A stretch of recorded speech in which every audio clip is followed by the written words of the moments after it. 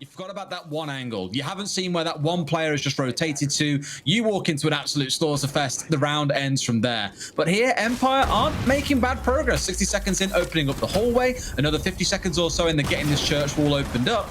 They're in a spot where they can start applying some pressure in here. They do get the second Selma blocked off the wall. The C4 comes out, not quite going to connect onto the player holding at the bottom of the stairs. But Durza has gone and done Durza things. How are you not holding this angle, Scyther? Oh my God, Durza's put them in the bin. 3 kills up main stairs. Guys, like, how? It's all I can ask. You've got One a guy person above. on a drone. You've got 3 on main stairs. Bit of a shame and a bit of really good timing there from Durza to be unpredictable to a team that thrives off predictability, and that's what's going to happen here for Empire. 2 or 3 taken out in a swift movement from the carbine. No need to reload when they all line up in perfect succession for you. As we get down to the last 20 seconds, it is going to have to be a clutch among clutches here for both Shepard and Dan.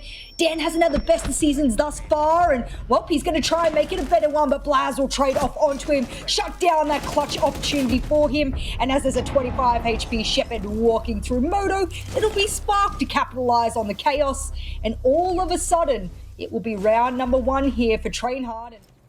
I think the fact that you get that east wall open so easily when the Thatcher's available, like as we mentioned again, Selma on one side, Exothermic on the other, that wall is guaranteed to get opened up. In a way, it's almost become more popular than even seeing a Maverick. I know it's banned away here as is the Havana, but for a lot of teams, it's been the go-to. Bit of trading going on here around the garage area, but Noera stays king of the hill up here in Catwalk. 2 kills coming across his way, both Scyther and Shepard removed. Arguably their jobs. For the attackers, once they start to make their ingress, you would have seen they reinforce both sides of it. That's because it's going to force the attackers to have to use another exothermic, which, guess what? Shepard's dead. No opportunity means that they can only jump through the window if they do get their way on in. Good little bit of trade there, but Durza, he'll be able to take out Joystick on the different pinch push, and there's even a Surya gate on this window.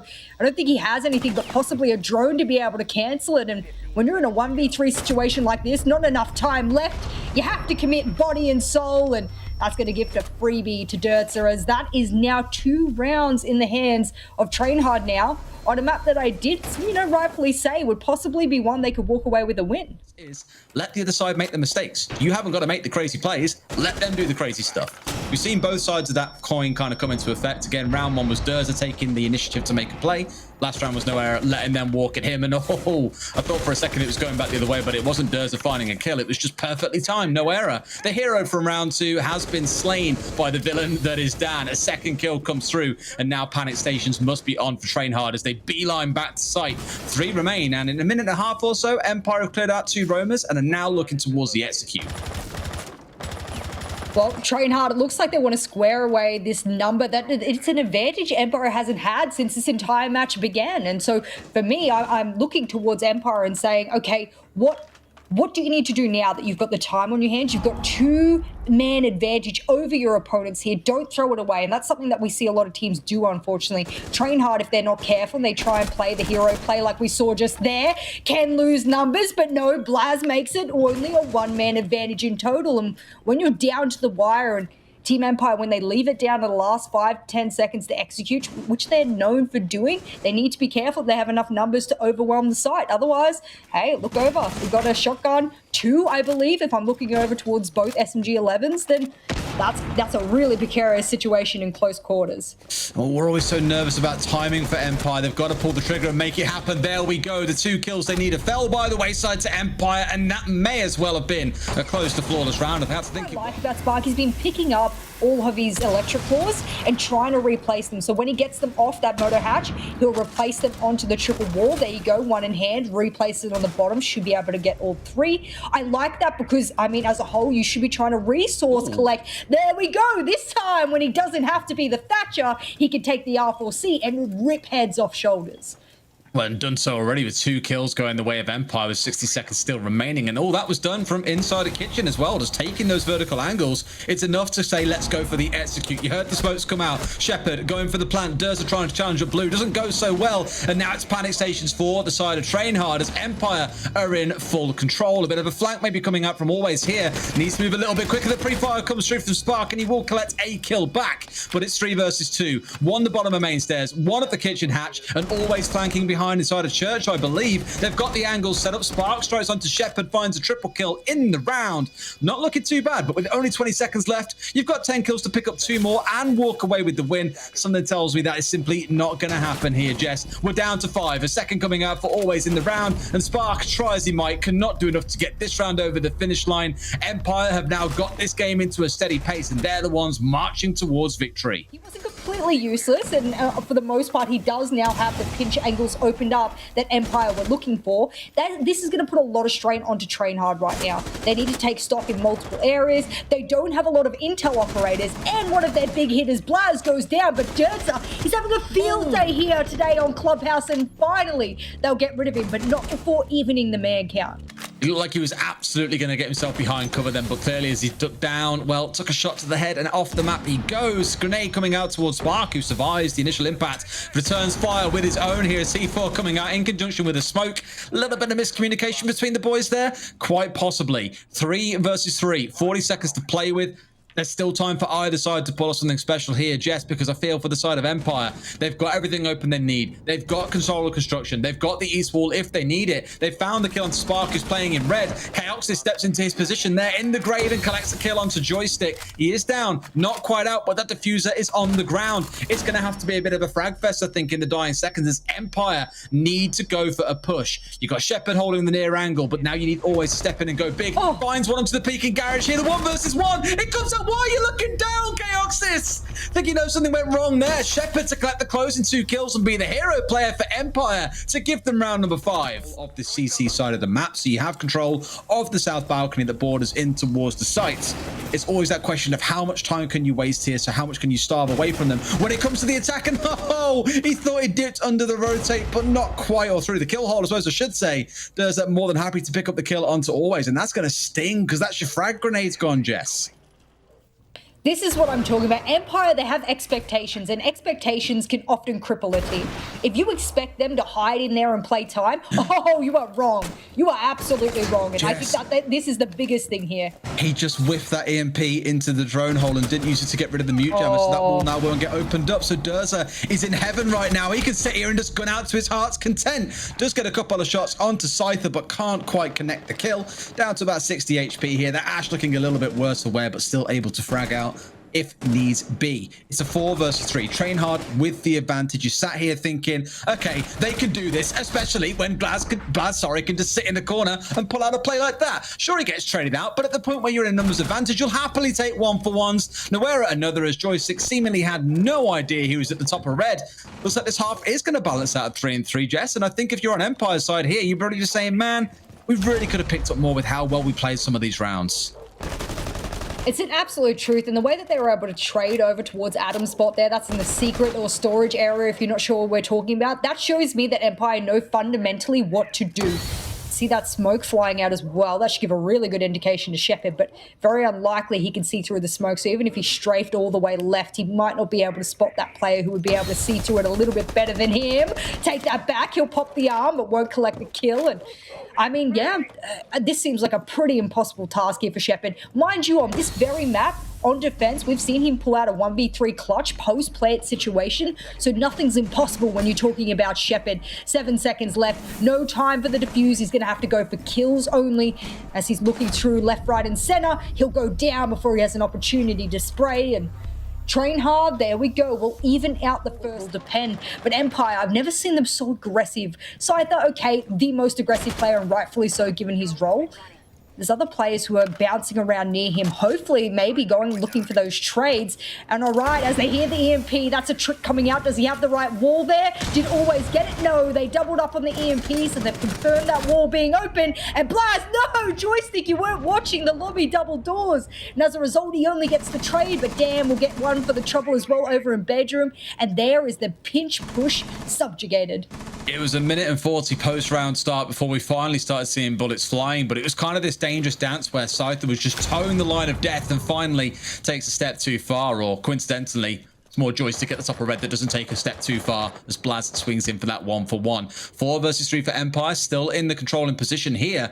However, with the wall opened up, there's something that you can say for TrainHard around cutting around rotates, but look elsewhere on the map. What else can they really do here, especially now they're down to a 4 versus 2? They can't get construction open with what they've got. They're going to have to brute force their way inside something like Piano, or just go for it, and they are just going for it. One gets shut down, the second straight after. They just thought, Hail Mary, boys, charge into the breach once more and see what we can achieve. The answer, sadly, is not the round win.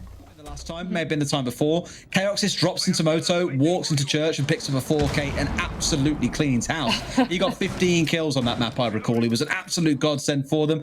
Relying on a man who's got 3 kills in 7 rounds to do the same. Maybe not the best play, but one man that you can count on is Noera pushing his way down blue on the Zofia. This is the most common spot for an operator, I would argue, in this game ever. If someone's pushing blue, it's always going to be a Zofia.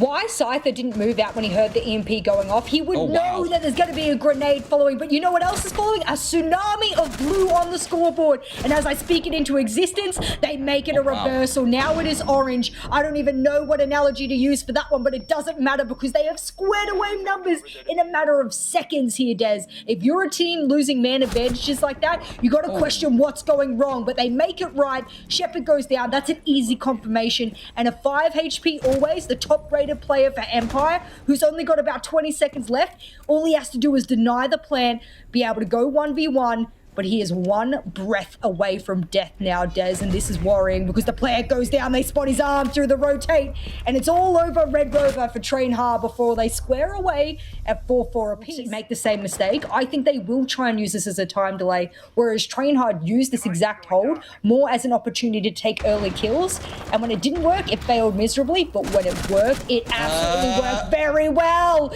There we go, another very aggressive Scyther to come out for the side of Empire, and he seems to be the only one that does it, and with these teammates trading behind him.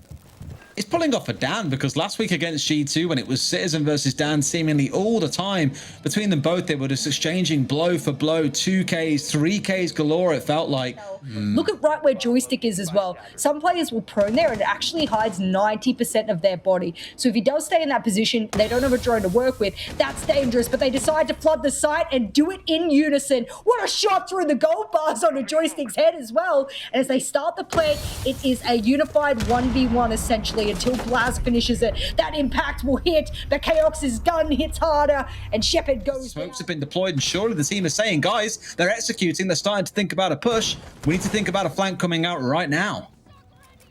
Actually, what they're doing there, Des, is they're deploying the smokes early so that they can bait out any player denial. This is what Empire did on the previous round when they were tossing out some of their C4s. Blaz will catch Shepard, but Scyther will catch Dirtzer in return. And for me, they're going to crouch walk on in. They should have been aware of this, but they weren't. And as the crouch walk comes out, Scyther has no opportunity but to rotate all the way back to assist his team. Blaz reads straight into it, and it is only up to Always. They know he's in garage. That's a free plant. No C4 in hand. And with 15 seconds left, if you can take out the platform player, he can do something. But it's Chaoxis yet again hitting absolute headshots for his team. Oh, Spark looked like for a moment he was going to go running down dirt with them, but they really need him to actually drop down the kitchen hatch, because if they don't, then he'll get shot out by Joystick Shotgun. He's in a 2v1 right now here, and he's popped out his last smoke babe. But look behind him, he has to trust that his teammates has his back. He doesn't, grenade will pop out, and they will take armory control as a result. With 30 seconds left, one player down on the kitchen hatch, it is Spark, and Dirts are eating a lot of that remaining smoke babe. They have every angle to their disposal here. It is a quantified 4v1 essentially. Dirtzer can't pick up Spark where he is, and with 15 seconds left, Des, I think this is going closer and closer to OT. Oh man, there's been so many times that this has come down to an early death in a round.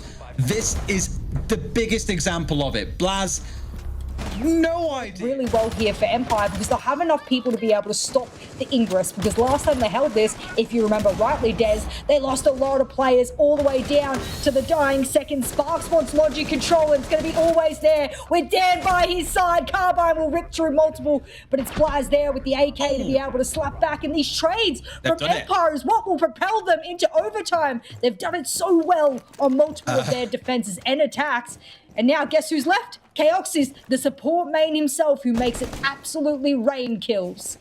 He can do on the right day. Today's been a little bit of a quieter one compared to his 15 kill delivery from before, but we still have overtime to go. If this round is anything to go by, Jess, there's no way he picks up 3 kills here. This scrap at the bottom of the table has just turned into an all-out brawl. They're bringing along the Knuckle Dusters, ready for an overtime here. It's going all the way through to overtime, potentially a full 15-round map between these two teams. Was where he also got his death from as well, which I think is quite ironic. He doesn't net a kill from the C4, but he gets killed back as a result. There are so many guns looking over a con. Where are the rest of the Empire players? Are they all focused there? I think there's one below, 3 in con. I hate to say it, but using this one-dimensional push means you have to hit shots, of which, okay, Joystick's hitting them. He'll take out that Bandit player. What are you doing, Durza? You're the big hitter for TrainHard, but you're standing in front of an open window. Oh, how was that not a headshot? I definitely saw Chaos' head, but a thing caught onto his arm instead. The small dip down, but Empire pulled off a BDS. It doesn't matter if you have a massive tactical disadvantage. They're in a spot where they can hit shots, and they don't care. Empire come through with a flurry of gunfights, a flurry of numbers push into sight. They close out round 13, and at this point, put themselves 1 match away from taking the lion's share of points and walking away with 2. I gotta say, Jess, you called it. It was far from over, even when TrainHard was sat at 6 rounds. If you can hold this to the 1 minute 30, you don't need to be there any longer. We believe that's enough time delay. Go back to site, play numbers there. Last time they did that, it worked really well for them. I'm guessing that's what they were hoping to repeat, because this is their match point now. It is indeed. I mean, again, I'm always getting nervous when we enter that final 60 seconds and we see all 10 left alive, because it normally means you're not going to see the occasional kill here and there. It's going to be an absolute flurry, and it starts off with a bang, the way that you dream of, always with a great C4 sailing out onto nowhere on the south balcony. And now the push comes in. Blaz bolting in for 1. Spark right behind. Do they know about Scyther in the back? Surely they do. They don't even know he's there because he gets the guy in the hatch. What is this? Finds a second downs. Another Scyther has just done it for Empire. 3 kills out of nowhere, moves to 14 on the map, and TrainHard, man, droning, it's so important. How have we not learned this after this whole map so far? Chaoxis finds 1 to start, a bit of a recovery hope here, I think, for TrainHard, but 10 seconds remain. We've been here already, Jess. It sent us into overtime before. There's no way they recover. Empire and Scyther specifically strike deep into the TrainHard heart and get themselves the 2 points in what has been one hell of a map here on Clubhouse.